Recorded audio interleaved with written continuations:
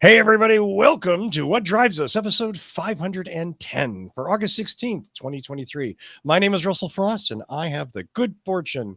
Well, I killed the last host, so by right of ritual combat, the show's mine.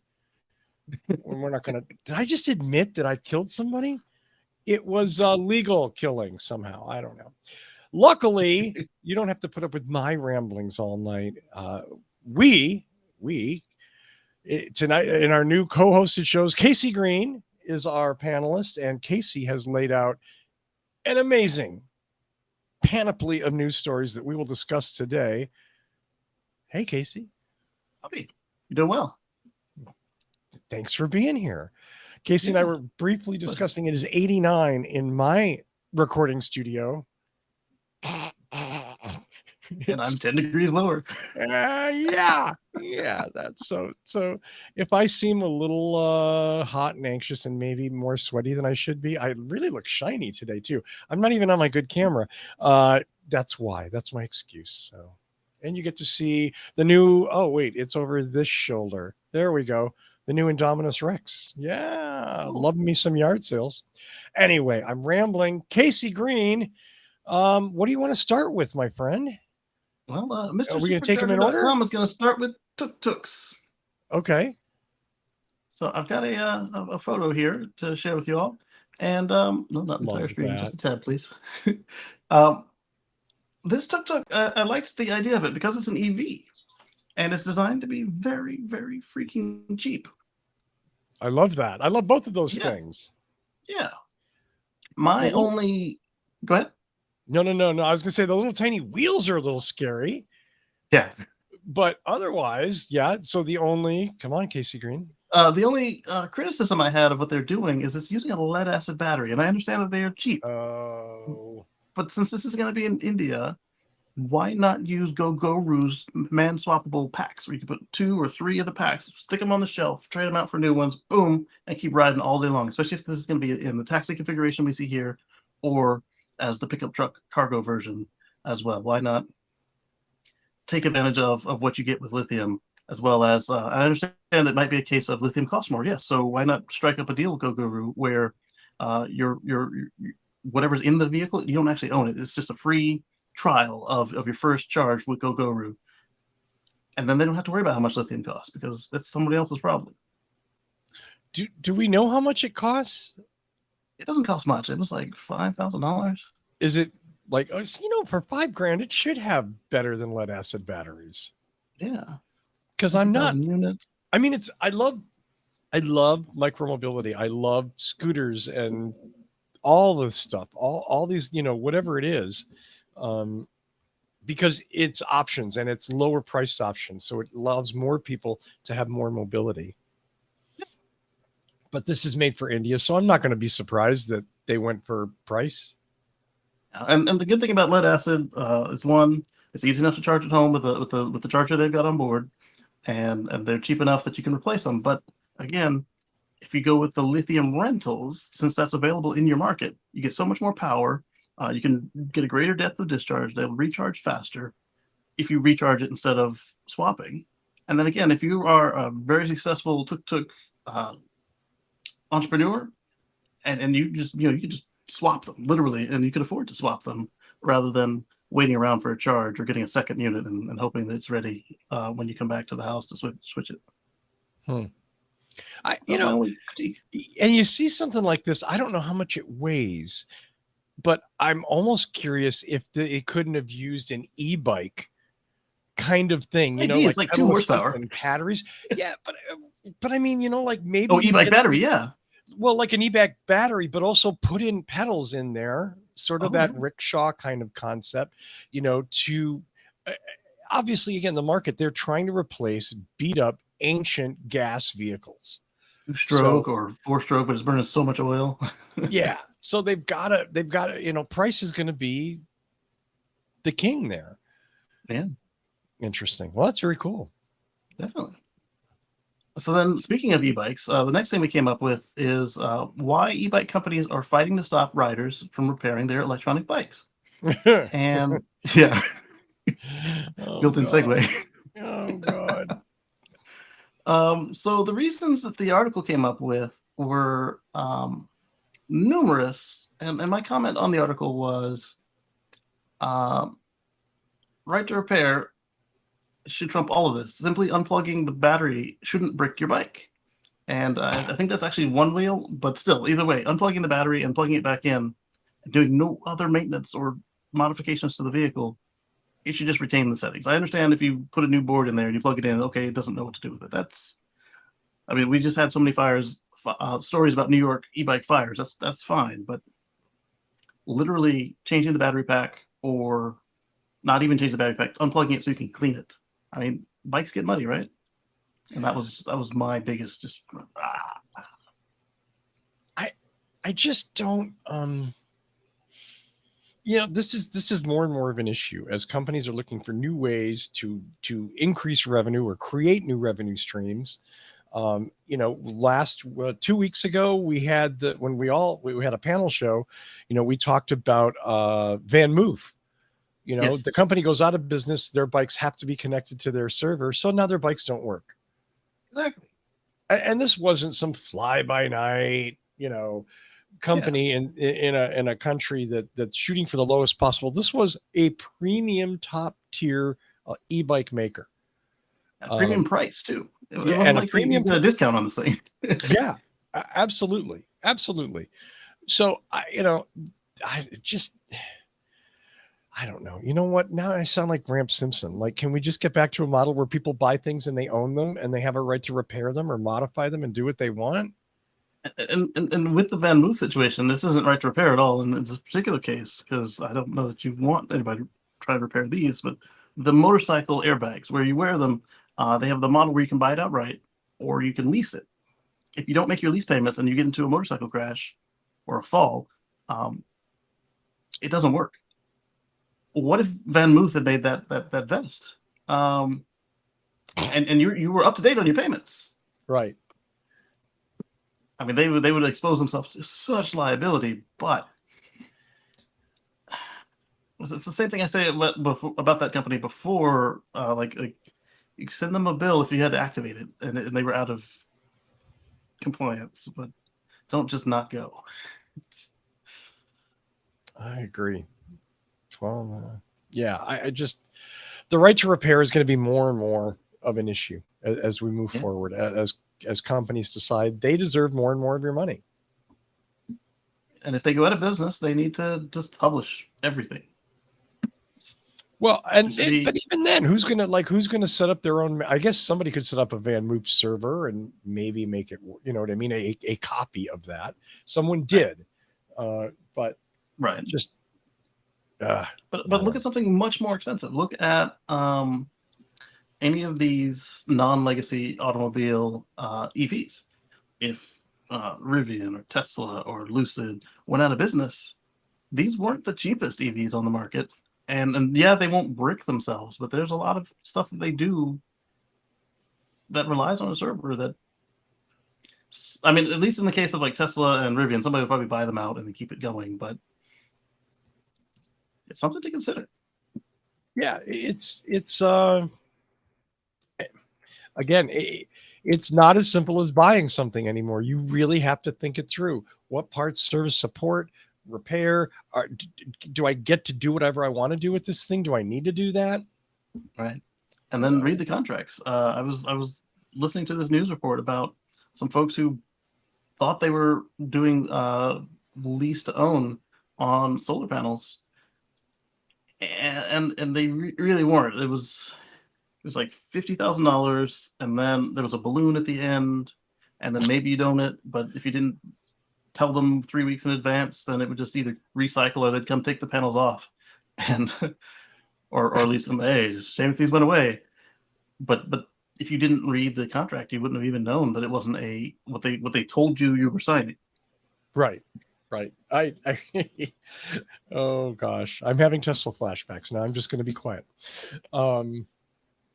There's and you know, those are the real edge cases where maybe that power purchase agreement works in the favor of the homeowner because the company just goes, fuck it. It's not worth it for us to pull these panels off this guy's house.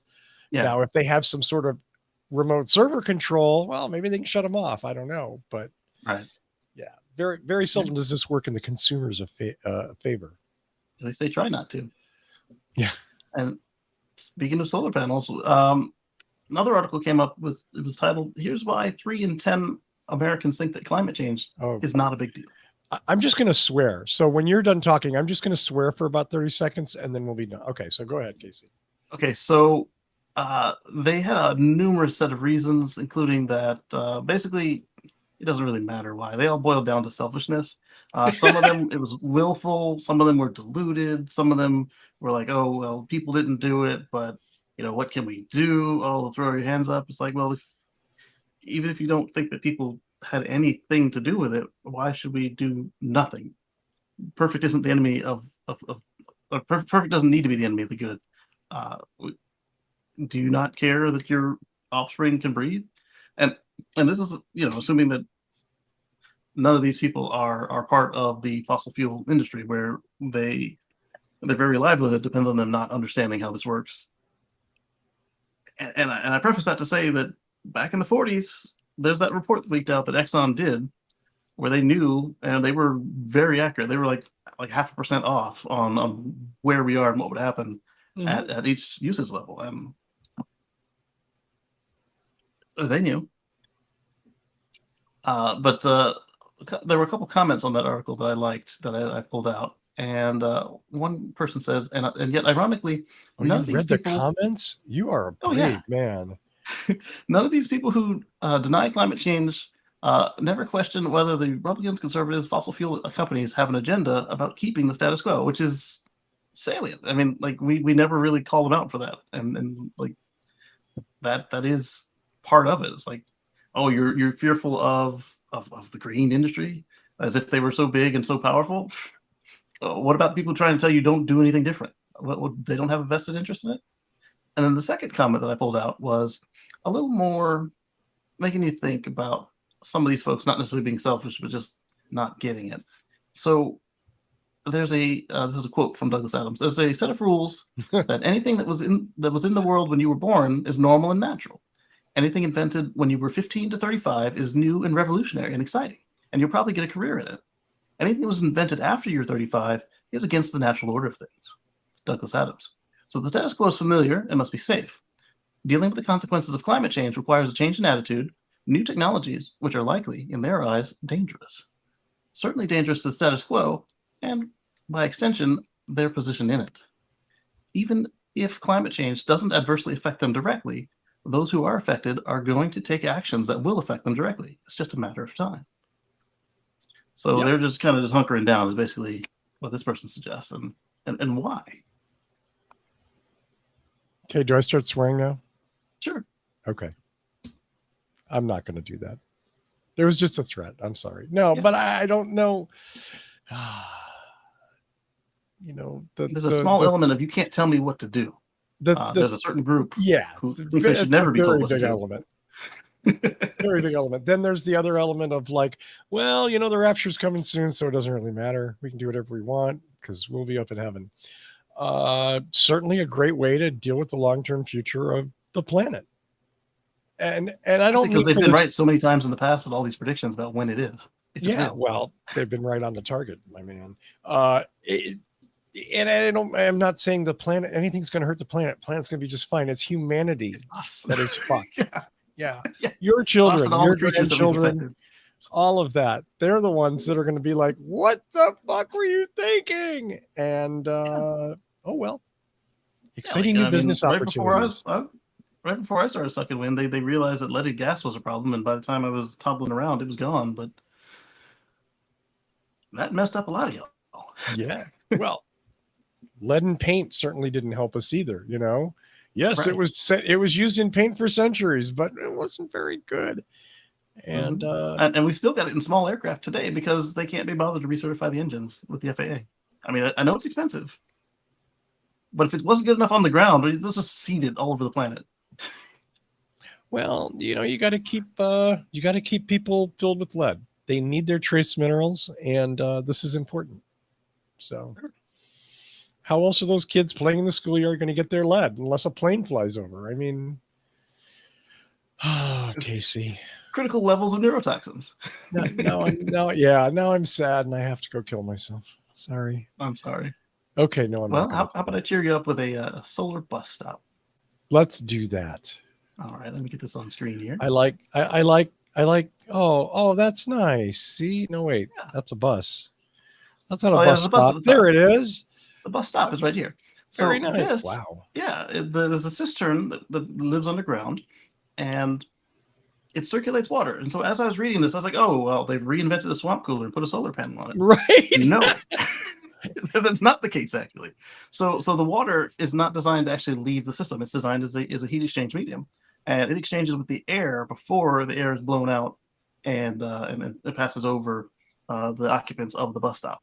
And to save power, especially if the sun's not up, when there's nobody in the bus stop, it turns off. And when somebody comes in, it will blow the physically cooled air at them until like 34 minutes after they leave. And I thought that was pretty cool. They suggested it could be cheaper than a regular gas station, and a couple of commenters on that one pointed out that how, because not only could it not like get to par, you're now digging an underground reservoir. There's no way that they could be the same price, but I guess maybe through scale and some sort of labor contract. I don't understand, but this is not in North America, obviously, so it's in Spain. There's a Southern California is fairly well known for the amount of sunlight we get. So it's still a huge thing here just to have shade, much less active cooling or semi-active cooling. I mean, just to have shade for a bus stop, that's a big deal. And you get both. You get shade and a fan with cold air. Right. I mean, that's but that's certainly it's an interesting idea. It does seem like a lot of work. It does, and because of the nature of what it is, I mean, you might have somebody fill it up once a month if it does lose some water, and they're talking about a 10-degree drop in temperature, which will cool you down, especially like you're looking at 90 right now. To get down to 80 with a cover and a little bit of a breeze on top of that, you'd be good. Yeah. Well, I mean, generally here in San Diego, if you're in the shade, it's okay, because there's usually a breeze, and even if it's really hot, it's not that humid. So as long as you're not in the sun, if you're in the sun, you're baking. I mean, literally baking. Yeah. Wow. And that's what cool. I was thinking when I first read it and thought it was a swamp cooler. I'm like, what about wet bulb? You're going to just kill people with this thing. And since it's not actually wet air, it's like places like Iran or something, it probably could still be a problem. But you've got donuts, sweetie. I don't want the donuts. Well, do you want on the show? Oh, you don't? No guest, no guest host. Oh, okay, that's fine. She's well, don't force her against her will. Now I got to send her a royalty check. she was basking in the fan. Special guest host. Hi. She's waving hello off the bottom of the screen. How are you? Okay. Yeah. Baby approved. Like Show 510. Cool? Baby approved. Baby approved. Baby. Motoko. Yeah. Hi. Hello, Moto. She can't hear me though, can she? She's not wearing her headphones right now. No. Yeah. I'm not listening to you, even if I could hear you. So that's what she does a lot. She takes them off. That's one of the other things that came up was down. Okay. Oh, she kissed you goodbye. Bye.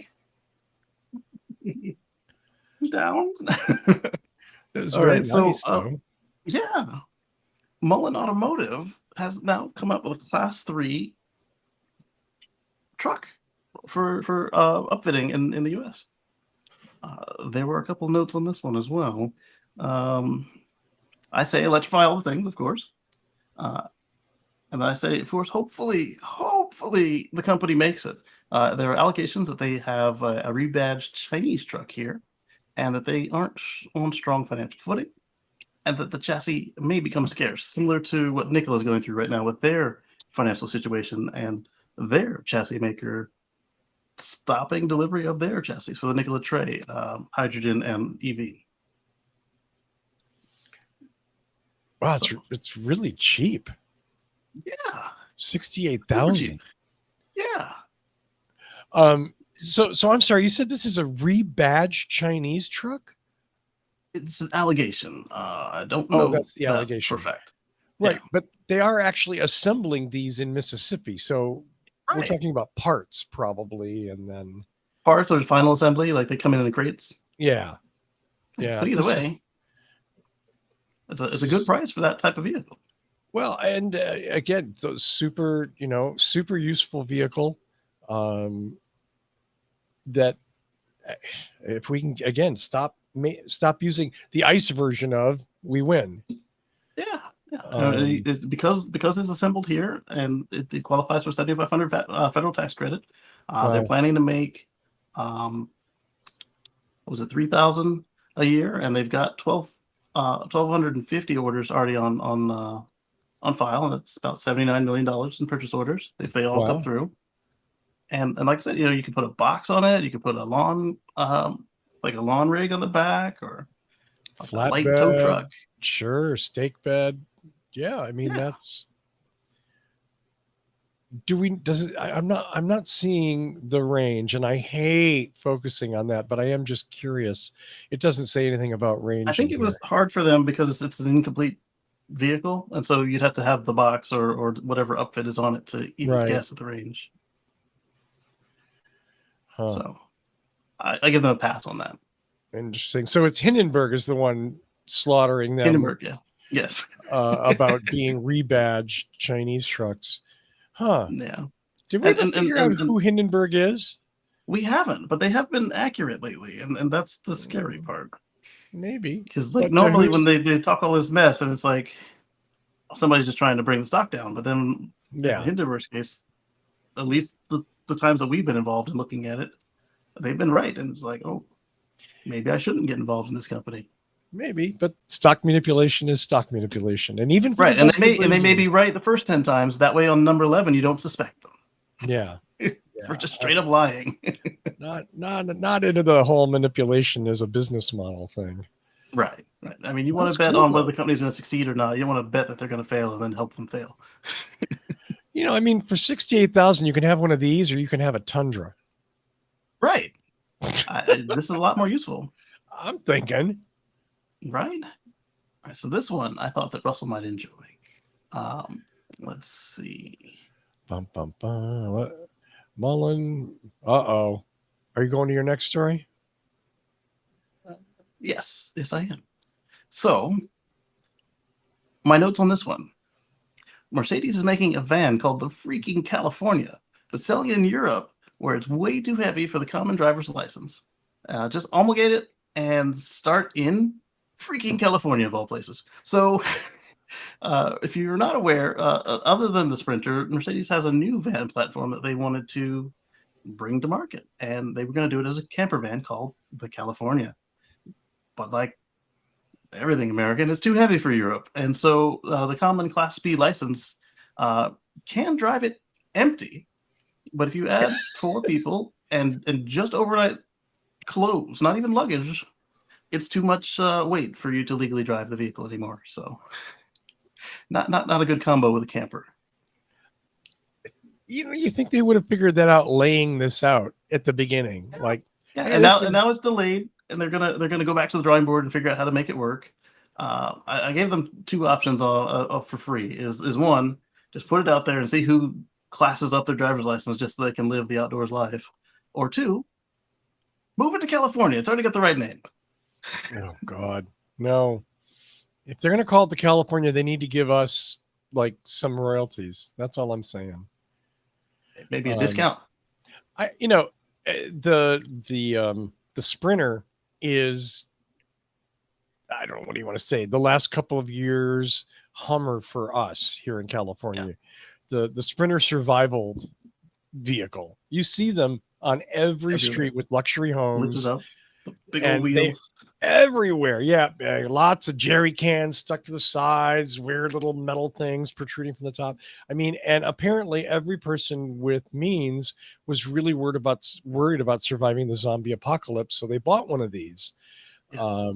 Which leads to my thing of like, maybe in a couple of years I can buy one of these bad boys dirt cheap, because they're not cheap to drive.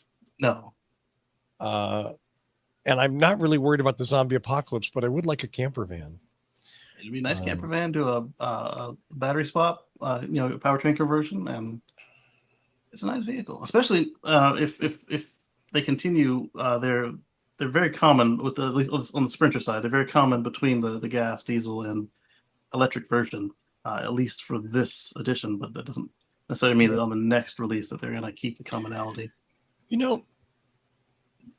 My final thought on this is I'm kind of glad. I'm not even kind of. I'm really glad that they're kind of getting stuffed on this because of the weight. Because enough with the big things, enough with the bloat. Yeah. Like I get it. Some people need big things. God bless them. Good for them. They can go buy big things. But every electric vehicle does not have to have the maximum range, the maximum size, and the maximum weight legally allowable. It just doesn't. And maybe they should have rethought that and said, maybe we need something to compete. Their home country. Who could have ever known that my driver's license, that everybody in this office has a weight limit on it? Right. And we're really damn close to it. They could have made something to compete with, like ID Buzz, a Mercedes version of that. And okay, why not? I don't know. Yeah. So speaking of the cool Germans, yes, sir. There's an order for a little European company called Volex, and depending on who you read the article from, some folks have described this as a license, which makes zero sense because what was licensed was the NACS connector, aka J3400. What you don't need to license it from Tesla to use it. So that's why I'm leaning more towards the folks that said this was a bulk order. Because when you look at all of these NACS announcements from the automakers, from the charge station operators, and from like the motorcycles and boats, it doesn't exactly matter. But from the automakers that said we're joining superchargers, they all said 2024 you get an adapter, 2025 we get the port. Why did they all have the same date? A bulk order would kind of lend a little more strength to why they're all exactly at 2024, right? And then, of course, I'll have to let you know more once I find out whether it was actually a bulk order or a license. But again, the license doesn't make sense when you can go to the website, download it for free, and they won't sue you. And they won't. But then again, if you're a manufacturer and you're going to tool up to make something, it probably doesn't hurt to have something on paper that says, hey, we're legally allowed to do this without paying anybody anything. I mean, I get that. But you don't need them in Europe because you have Type 2 over there. I've never heard of Volex. I've heard of Molex. Yeah, I've heard of Molex as well. And then I tried a little brief cursory search to see if perhaps these are the guys that already make the supercharger handles and inlets. But everything, I've seen just two versions of the article, and everybody says they're licensing or they got a bulk order, and bulk order just seems to make more sense. And I don't know how they got two copies of the story that were they're close, but they've got a little bit of distance in between them. Huh? Yeah. Weird. It is weird, but also it's good news if you are interested in buying one of those cars that says it's coming with adapters, that they've got the order for the adapters and they say they'll be ready on time. So, well, it'll be interesting to see what happens as we roll into the era of NACS. Yeah. And then the other thing I must say, is just because you get the NACS port doesn't mean that the stations will get any more reliable, other than the locking pin will no longer be a broken locking pin won't stop you from charging, because the locking pin is on your car. So only one car goes down instead of all of them. Right. But I mean, if they don't do their station maintenance, or if they don't keep the liquid cooling reservoir topped off for the liquid cooled cables, or on and on and on, it's not going to get any better on those other networks, except for that pin is not there.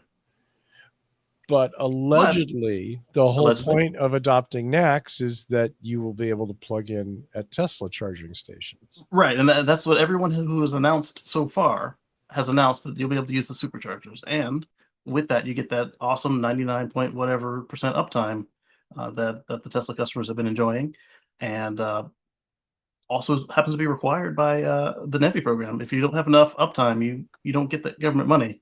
Right. So, Which, yeah, would disqualify 60% of the old charging network. Blink, I'm talking to you. Blink, and then the charge points that are exclusively managed by the property owner and not actually charge point network. Yeah, I mean, it's a mess. And that's how the old program worked. Was, hey, you want some money? Put in a charger. You prove there's a picture of it. Okay, good. Here's the money, and then that was it. They didn't make you maintain the darn thing. Well, there's my friend Ed Niedermeyer on the Autonocast, the last episode, they were talking about charging networks. And again, there's not a lot of dissent on this topic, which is the supercharger network is the best electric charging network on the planet. It is. And a lot of these other networks, they're some of them go back 10 years, maybe more. And a lot of it was free government money to do the right thing, which was deploy more chargers. But there was absolutely nothing written in about uptime, about maintenance, about that it's going to actually work. They installed the charger. They got the subsidy. A few of them had it where they weren't allowed to charge for the charging until the money was all gone. So that was nice, because I did get a lot of free charge sessions. But like you said, once the money was gone, there was no incentive to make sure that the vandalized cable was fixed, or just the worn out cable if it was, a really popular one. Yeah, or the internet connection was maintained, or whatever it was. There's a couple of blinks by my old apartment that never worked for like 3 years. They never ever worked. 2 of them just there. They still had power. You could see the little status screen that was scratched over by vandals. It's just. But you ran your card on it or did the app, and the app's like, I can't find it. And your card is like, I can't get the network to know if that's a valid card. I think it was Ed. It may have been Kirsten Korsak that said that infrastructure is one of those things where it's either the best possible investment you can make or the worst possible investment. There isn't always a lot of in-betweens, and I get that. Especially what they were charging for these things back then. Like, that was a waste of money. And you know what? Here, let me own this. I cheerleaded a lot of that stuff, whether it was the electric highway in Oregon or we thought they would do the right thing. Well, it was the right thing. It just wasn't executed no follow through. Thought about enough. Yeah. There was no follow through. Thank you, Kacey. Yes. But when they met us and they did the cheerlead rah, took the picture, broke the ribbon, that implied to us the way they were bringing it. It's like, oh, we were all about electrics, and then we turn around like 2 years later, like, why is the handle missing? Oh, right. I got the money for that. What happened to this is us in the picture, right? Nice. Next up, speaking of Electrek, I found an article on MSN that was from 210AK. Oh. I thought it was going to be a hit piece. It's called "The Hidden Cost of Charging an Electric Vehicle That Nobody's Talking About." So I was like, all right, let me pick this thing to pieces. And I was like, oh, okay. What's the hidden cost? That's true. None of it's really hidden. You go sterile, you grow horns. No. So there was a little bit of EV versus gasoline. That part, I assume that what they did was they picked the cheapest gas in America and the most expensive power in America to bring them a little closer together, because they're not that close in region for region. So even doing that, they came up with a monthly gasoline vehicle price of $110, and if you don't ever charge at home, a EV cost of $150. Again, using those tweaked numbers, and the gas, they didn't use the cheapest gas in America. They used the average price of gas in America. They didn't say how they got their electric price. Not for the public charging. I'm doing some quick math. Yeah, and for the home charging, they said they used 14 cents a kilowatt hour, which is the American national average, and that one came to $60. So $110 for gas, $150 for public charging only, and $60 for charging at home. So Obviously, you want to charge at home if possible, and that was a hidden thing to be worried about if you live in a multifamily situation or you don't plan on installing any sort of charging if you don't have a granny lead or a basic 110 near your parking spot. They came up with the prices of the level 2 EVSE stations and the installation. That's something that you might not consider ahead of time. You need to think about where is nearest your electrical infrastructure, like your breaker box. If it's on the back of the house but the parking's in the front, then your installation is going to be more expensive than you might have anticipated. Another point they came up with was the annual EV registration fees. My buddy calls it the no gas tax. It's this BS that the states are doing because you're not burning any gas. And why do I say it's BS? Because they just pulled a number out of their butts and Yeah. in South Carolina and Virginia, it's like $450 to $600, and in South Dakota, it's a much more reasonable, like extra $50. That one is fine, but even in my Prius, I didn't burn $500 of gas tax. And my Prius never, my Prius couldn't get cold under the tires because it didn't stay except when I was sleeping. And that one irritates me, the EV registration fees, just because they aren't based on anything. And why should I pay as much as a semi truck when I don't put the miles on their roads? So here's my problem with this. I'm sorry, Kacey. Go ahead. No. Go. Please finish your thought. The next thing they came up was the cost of using fast chargers. So the faster the charger at home or on the road, it costs more to build it to spec. And then if you are in public, they will charge you more for the faster speeds. So that was something to be concerned with. And so they said, hey, here's how you can save on charging costs. They said, you want to install your charging station at home because 60 versus 150 in their hypothetical situation. Keep up with your maintenance. Make sure your tire pressures are up. Make sure it's clean. Make sure that everything you can do to keep it running in tip-top shape, because rolling resistance and air resistance and all that they matter. They said charge your EV in temperature-regulated places if possible. They're assuming then that not every EV is liquid cooled, and even if it is liquid cooled, if you're charging in 140 degrees, it's the same in both Fahrenheit and Celsius. Most of that energy is going into the air conditioner rather than into your battery pack. And then, of course, if you're doing that in a car without battery cooling, you're damaging it. And then they said to make sure you also take advantage of all the taxes, rebates, and programs available to you. So check your power company, check your federal taxes, check your local incentives as well to make sure that you're getting all that you can. So it had a flawed methodology for figuring out the prices, but overall, I thought it was a decent article. And I went into it thinking it was going to be a hit piece. 405. Okay. So let's, for the record, I was an art history major. My math skills suck. Mm-hmm.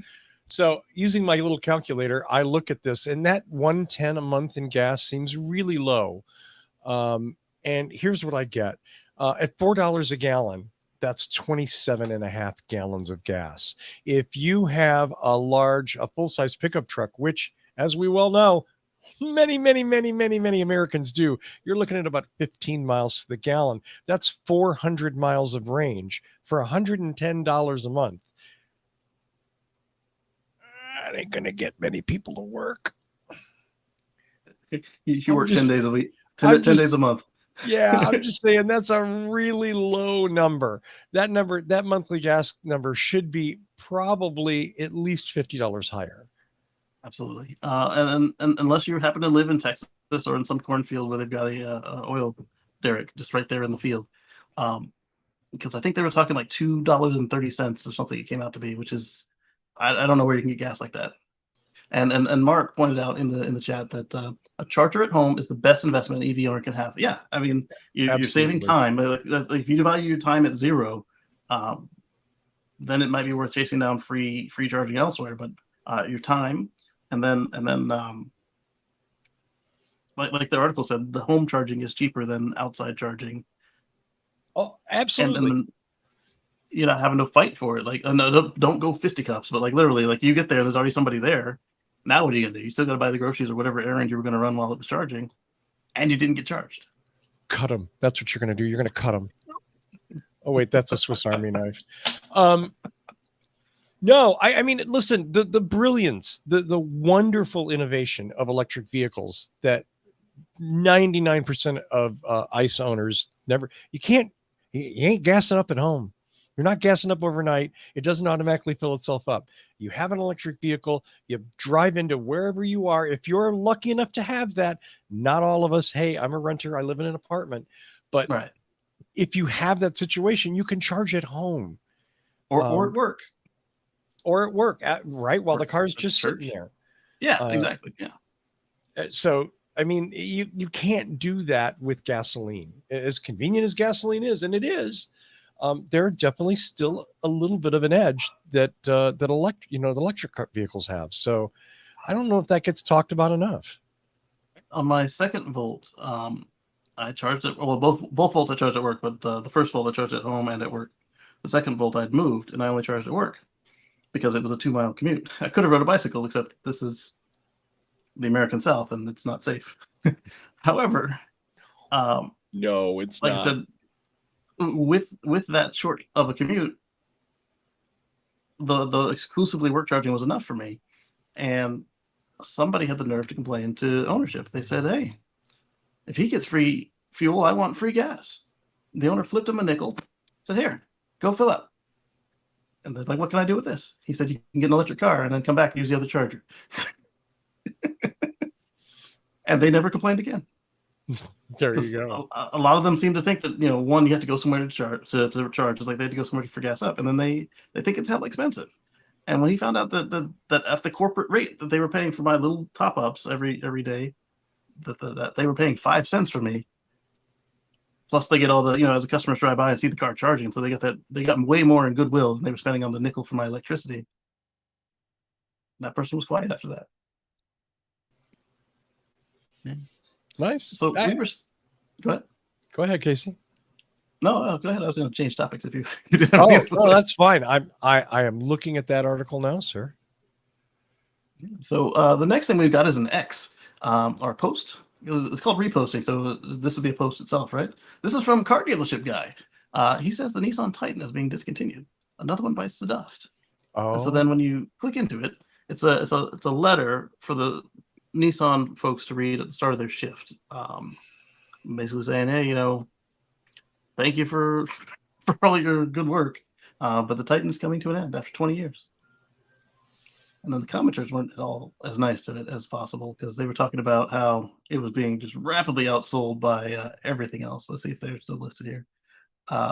This is about the cafe footprint. The Titan at 139 inches of wheelbase needed to add a new powertrain to not get a fine.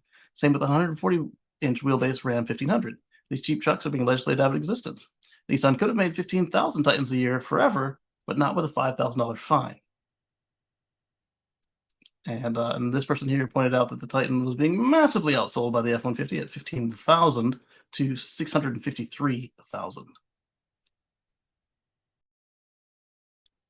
So, sorry. I mean, good riddance. Yeah, I mean, I don't. How do I say this? With some notable exceptions, I'm not a huge Nissan fan, and I'm definitely not a Nissan truck fan. So it's not the big truck. It's not like it was the Frontier. It was the Titan. It was the biggest one. Yeah, but the Frontier sucks too. But the Titan can go away. I'm, whatever. But this does leave them room for a giant electric pickup truck. They're not gonna. Yeah, well, who knows? Who knows? It's better than what they could do otherwise. Just saying. And this complaining about how we had to make the truck. They don't have to make the truck bigger. They had the option to make the truck more fuel efficient. They don't want to because that costs money. And then they're complaining, it's such short notice, we can't prepare for it. They've had over 20 years to get ready for this thing. The thing, it's a gradual phase in of the law.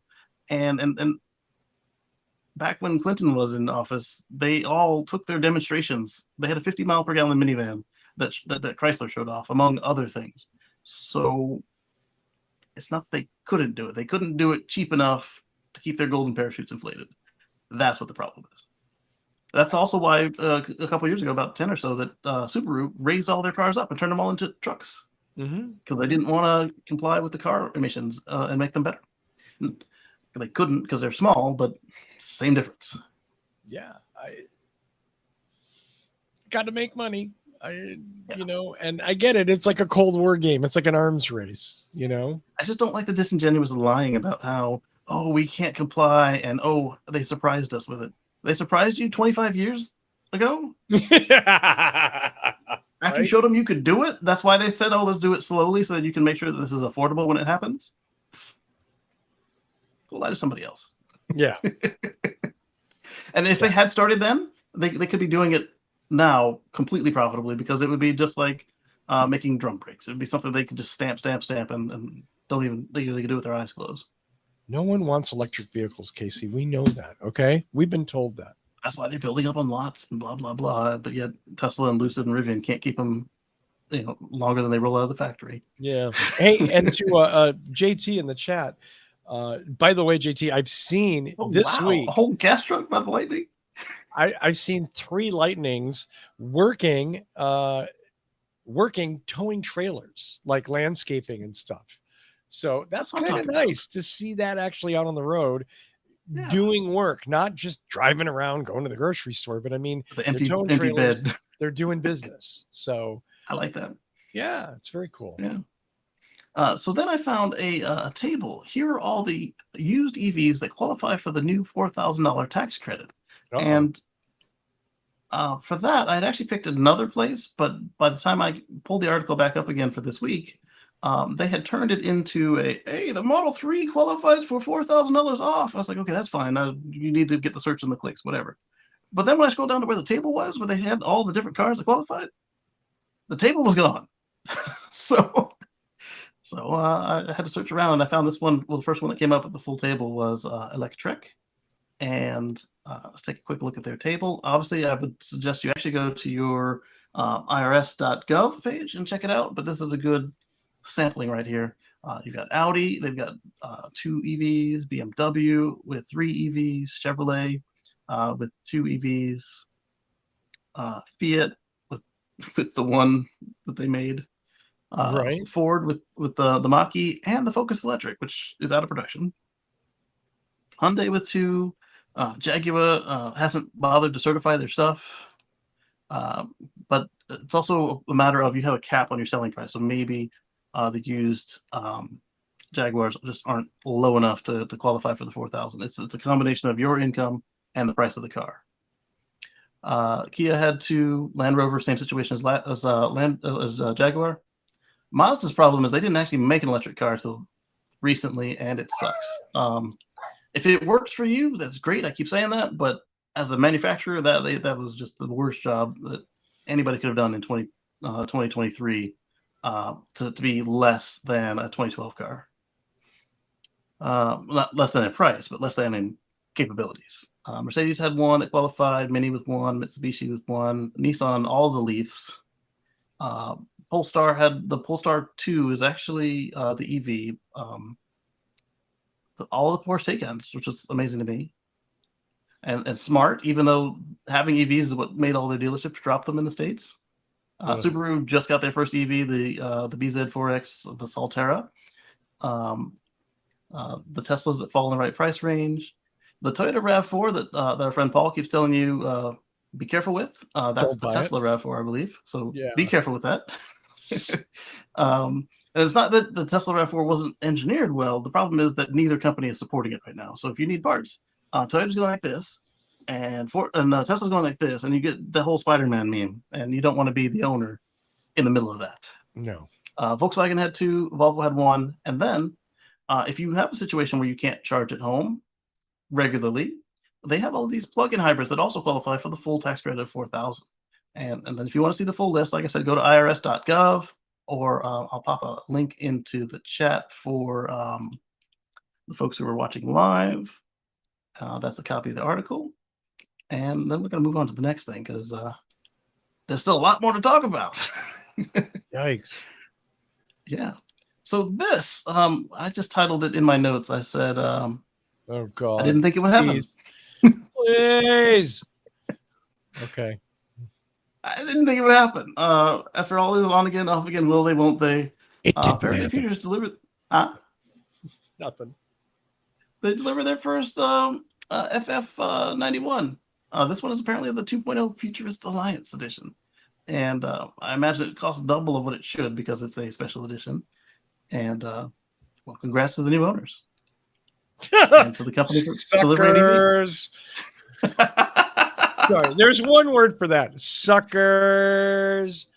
I mean, I don't want to see any of these companies go out of business making EVs. I just didn't think they would actually succeed based on what we saw. I mean, they built one car. Mm-hmm. Well, I mean, Lordstown also managed to deliver before they went out of business. They got 30 out the door and then poof. Yeah. No. Faraday Future's a scam. Sorry. Then the next one that came up was I called it yet another reminder that we are to be mindful of anti-EV and anti-green rage bait. This guy, Mark Rainsford, he's a auto journalist. He's over in Hangzhou, and they alleged that there were hundreds of EVs that were built and then just dropped in a field. Yeah. As he was out there, he noticed that yes, there are hundreds of EVs in the field. They are not new factory fresh. All of them have like crap in the glove box and the seats, like old receipts and whatever wrappers you'd get over there. I'd imagine they're not hamburger wrappers. And so you need to be careful of whatever narrative that these people are putting out there when they're trying to just make you just I'm shaking, man. An example that came out this week was there were 50 Rivian delivery vans that were found in a salvage yard to be crushed.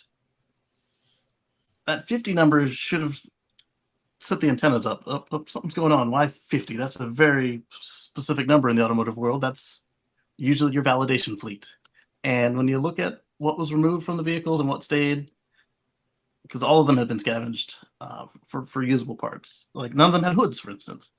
And later on, it came out that that somebody else who works at that facility said that they have a contract with many of the manufacturers for this exact scenario of destroying the crash test cars, because legally you cannot bring them back onto the road. You can't fix them, can't repair them, you can't even take certain parts off of them and use them in another car, because the government said, hey, these were part of your crash test fleet.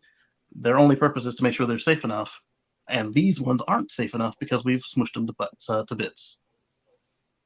And it looks like that's what happened with that Rivian. But the first announcement to it is, see, this is why electric cars suck. They got batteries in the trash, and oh god, no fool is going to put the batteries in the trash, because even a completely dead flat battery that can get you 0 miles is still worth at least $5,000 once you recycle it, because it's full of raw minerals that can be used to make another battery pack. Yes, it's not easy to get to them, but there are recycling companies whose business it is to make it easy enough that they can make a profit off of it. So that's what's going to happen. Yeah. And there's so much misinformation, intentional misinformation.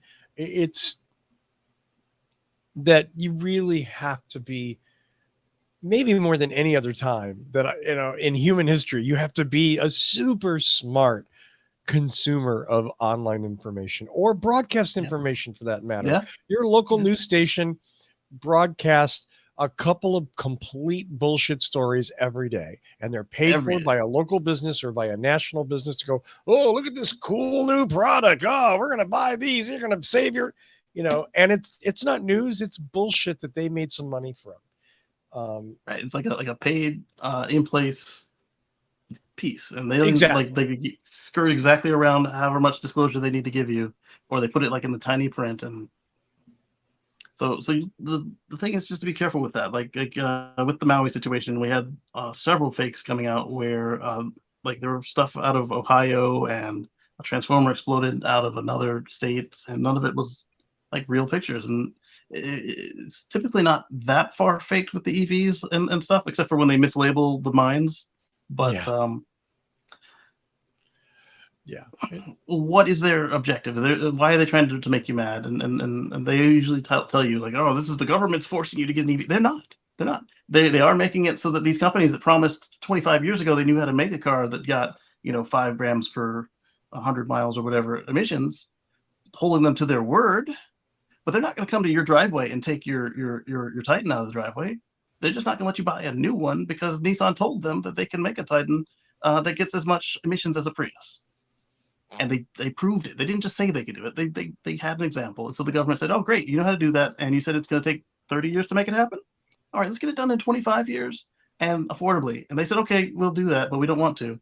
They fought it in court. They lost.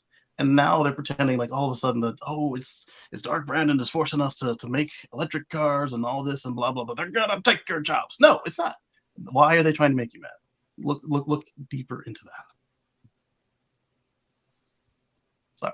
There's going to be a lot more of it coming forward. They're not done. Just be careful, folks. Just be careful. And then it's the same thing like with that Rivian thing. The picture is scary and it looks bad. And if you take them at their word for what you see in the picture, it was 2 pictures and they looked bad. But if you then look at them and say, hey, let me get a picture of that VIN plate. Oh, manufacturing sample number 32, not for sale. Okay, that's why they're all out there. And then for my final story today, Nikola has recalled the Tre BEV truck and temporarily stopped sales over battery safety issue. They had a battery company that they later bought, where it had been alleged by whistleblowers that the batteries were being punctured during manufacture. And as we saw with all the LG recalls between all the various manufacturers, if you puncture a cell or allow it to internally short itself out because it's got like metal flakes in there,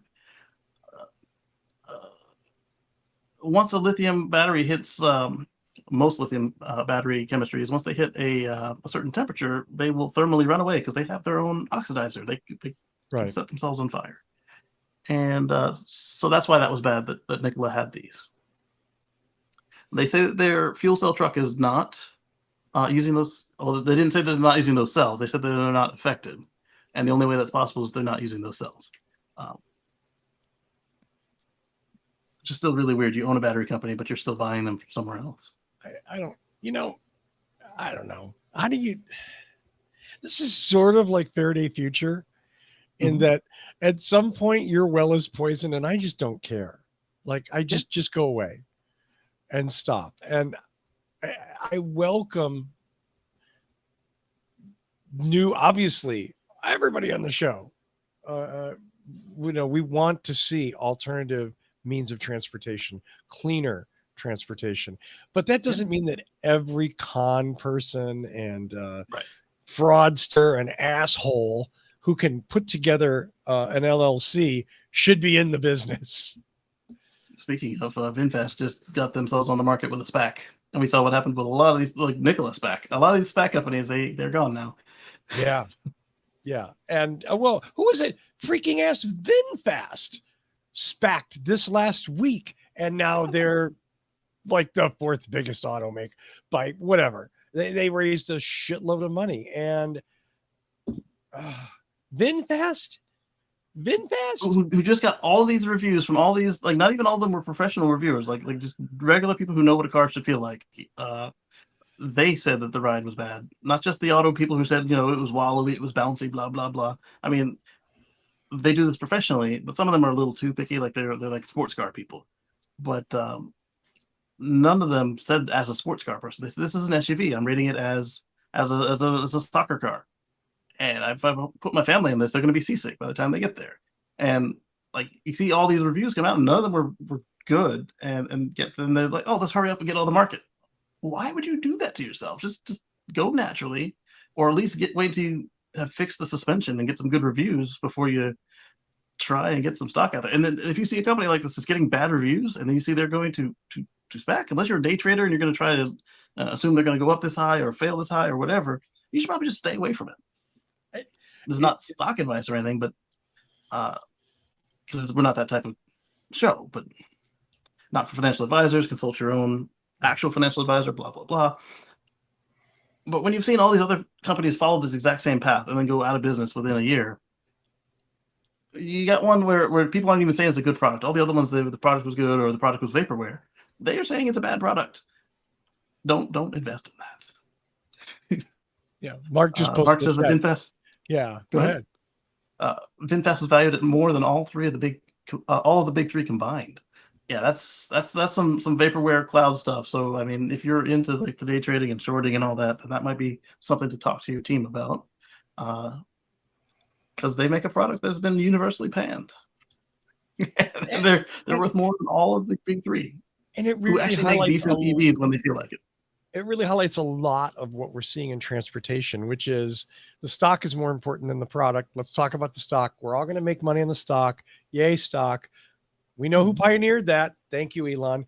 And, you know, it sometimes maybe it results in something good. Most of the time it results in a lot of people giving their money to a few people and life goes on. And it's under its own power of gravity, downhill. Yeah. VinFast to the moon. VinFast to the moon. Exactly, JT. Exactly. They can't go out of business fast enough. They're kind of like a Samsung of Vietnam, so they've got a lot of corporate backing, and all it would take is that they wanted to just keep sinking money into it. But at some point, somebody there with a clearer head is going to say, "We need to just get out of this business." And you don't want to be a bag holder when they decide they're going to get out. No, you do not.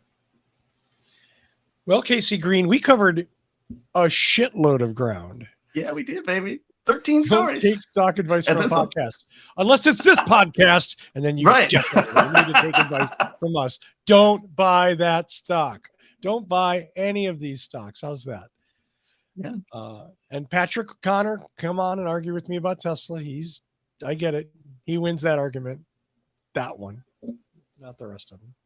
That's all I got, Kacey. What do you got? Well, on Sunday, if you liked what we did today, on Sunday I do this at a much slower pace, and Indeed, sir. Indeed. Yeah. So that would be at youtube.com/Kacey Green and or MrSupercharger.com. Oh, are you all set up now? Mr. Yeah, Supercharger. I have not seen one royalty check. Okay, my attorney is going to be contacting you very soon. No, I just obviously kidding. Do watch Kacey's show. Chat with him on Sunday. Ask him difficult questions that he can't answer. Then come and tell me about it, please. Because I don't know what I'm going to do. Maybe we should make a I Stumped Kacey t-shirt, you know? That'd be fun. Oh, yeah. There's a marketing idea. Then we're going to put it into a SPAC, and no. We're not going to do that. Do watch Kacey's show. Let's see. As always, I want to thank Michael Mannering for his theme music. Visit him at manthing.com. I want to thank everybody in the chat room, Mark and JT. Thanks so much for being there and chatting with us. I appreciate it a great deal. Let's see. What else? That's it. That's all I got. Another show next week. Do again. Check out youtube.com/Kacey Green. For his show and all of his videos. And until next week, when you can tune in and find out what drives us. Thank you, Kacey Green. Nicely done. See you, everybody. Have a great week.